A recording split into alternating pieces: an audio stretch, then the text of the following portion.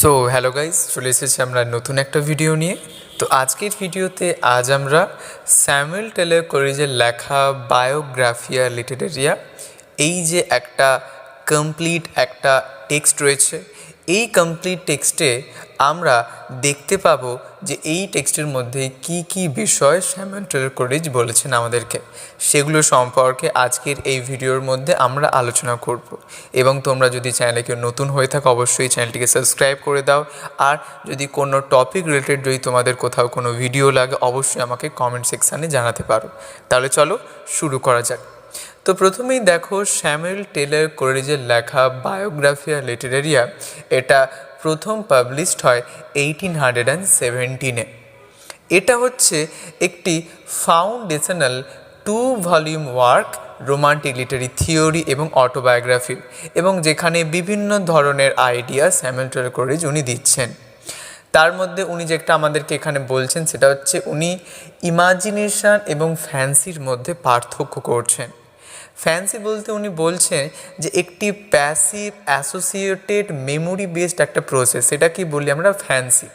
আর অন্যদিকে ইমাজিনেশন হচ্ছে একটা ক্রিয়েটিভ, ইউনিফাইং এবং হচ্ছে একটা অ্যাক্টিভ পাওয়ার, সেটাকে আমরা বলি ইমাজিনেশন। এবং তারপরে উনি ইমাজিনেশনকে বিভিন্নভাবে বলছেন, যেমন প্রাইমারি অ্যান্ড সেকেন্ডারি ইমাজিনেশন। এবার উনি বলছেন যে প্রাইমারি ইমাজিনেশন হচ্ছে হিউম্যান পারসেপশন অফ রিয়ালিটি, মানে আমাদের বেসিক হিউম্যান যে পারসেপশান আমাদের বাস্তব সম্পর্কে, সেটাকে বলছেন উনি প্রাইমারি ইমাজিনেশন। আর সেকেন্ডারি ইমাজিনেশনটা কি? সেকেন্ডারি ইমাজিনেশন বলতে উনি বলছেন যে একটা ক্রিয়েটিভ প্লাস্টিক একটা পাওয়ার, যেটা কি হয়, যেটা নতুন কিছু তৈরি করতে আমাদের সহায়তা করে। তাহলে দেখো, প্রাইমারি ইমাজিনেশন আমরা দেখতে পাচ্ছি রিয়ালিটির সম্পর্কে একটা বেসিক পারসেপশান, আর অন্যদিকে সেকেন্ডারি ইমাজিনেশন আমরা দেখতে পাচ্ছি একটা ক্রিয়েটিভ প্রসেস, যেটার মধ্য দিয়ে নতুন কোনো জিনিসকে তৈরি করা যেতে পারে।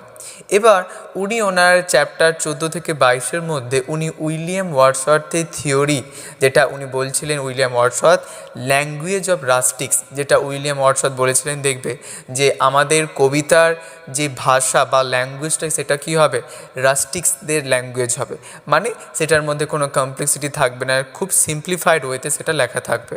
তো এটাকে উনি এখানে কি করছেন, উনি এখানে ক্রিটিসাইজ করছেন কে, স্যামুয়েল টেলর কোলিজ। উনি বলছেন যে সত্যিকারের পোয়েটিক ল্যাঙ্গুয়েজ প্রত্যেক দিনের ভাষায় মতোই হবে তা কিন্তু নয়, একটা এলিভেটেড ল্যাঙ্গুয়েজের মধ্য দিয়ে আমাদেরকে লিখতে হবে। কেন লিখতে হবে? আর্টিস্টিক পারপাসের জন্য, যাতে আমরা একটা বেশ উচ্চপদস্থ একটা রাইটিং আমরা তৈরি করতে পারি। এবার তারপরে উনি ওনার খুব গুরুত্বপূর্ণ একটা থিওরি সম্পর্কে আমাদেরকে বলছেন, যেটা চ্যাপ্টার 14-এ তোমরা দেখতে পাবে, যেটা হচ্ছে উইলিং সাসপেনশন অফ ডিসবিলিভ।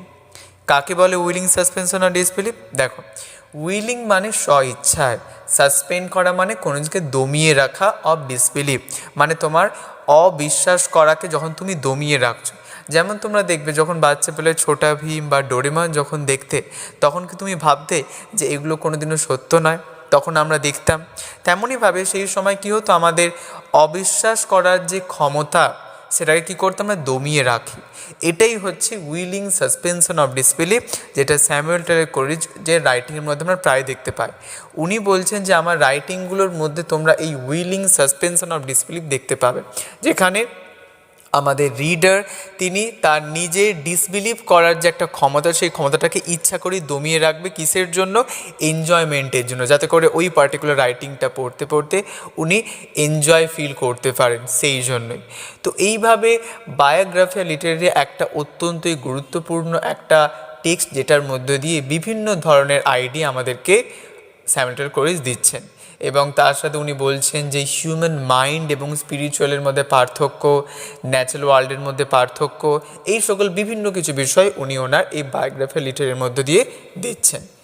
এই বায়োগ্রাফিয়া লিটারেরিয়া থেকে যদি কারো কোথাও কোনো ডাউট বা কোয়ারি থাকে অবশ্যই তোমরা কিন্তু কমেন্ট সেকশানে জানাতে পারো।